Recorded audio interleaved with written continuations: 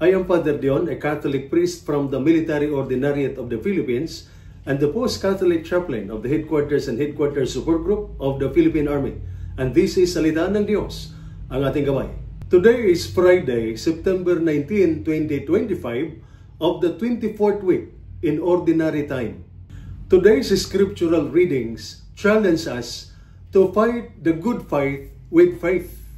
In the first reading, taken from the first letter of Paul to Timothy, chapter 6, verses 2 to 12, St. Paul tells Timothy, "Fight the good fight of faith. Take hold of eternal life." He warns against greed, pride, and the temptation to run after riches.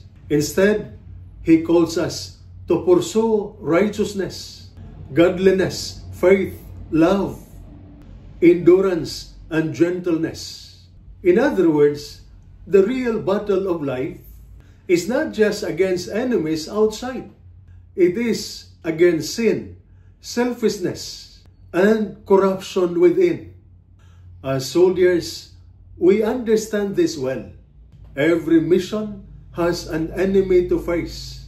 But the hardest battles are often inside us.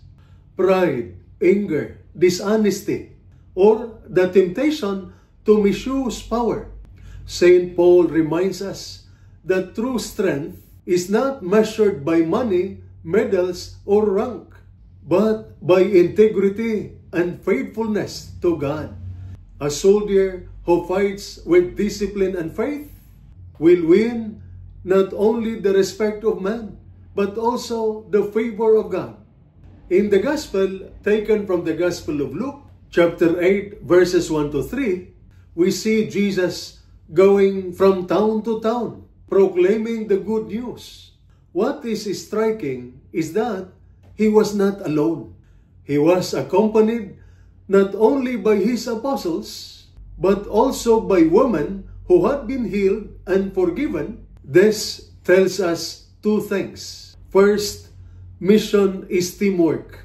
Just as in the army, no soldier fights alone, in the church, we carry out the mission together.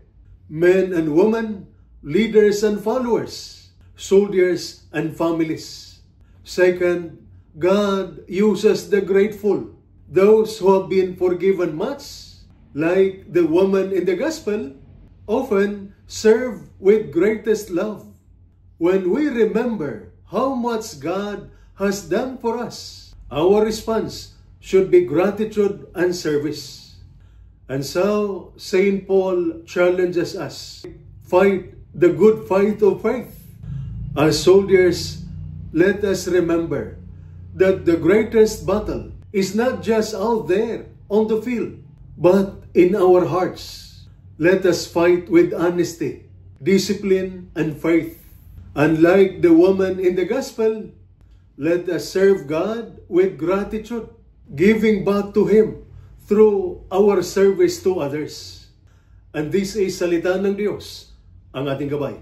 Let us pray. Lord God, we thank you for calling us to fight the good fight of faith.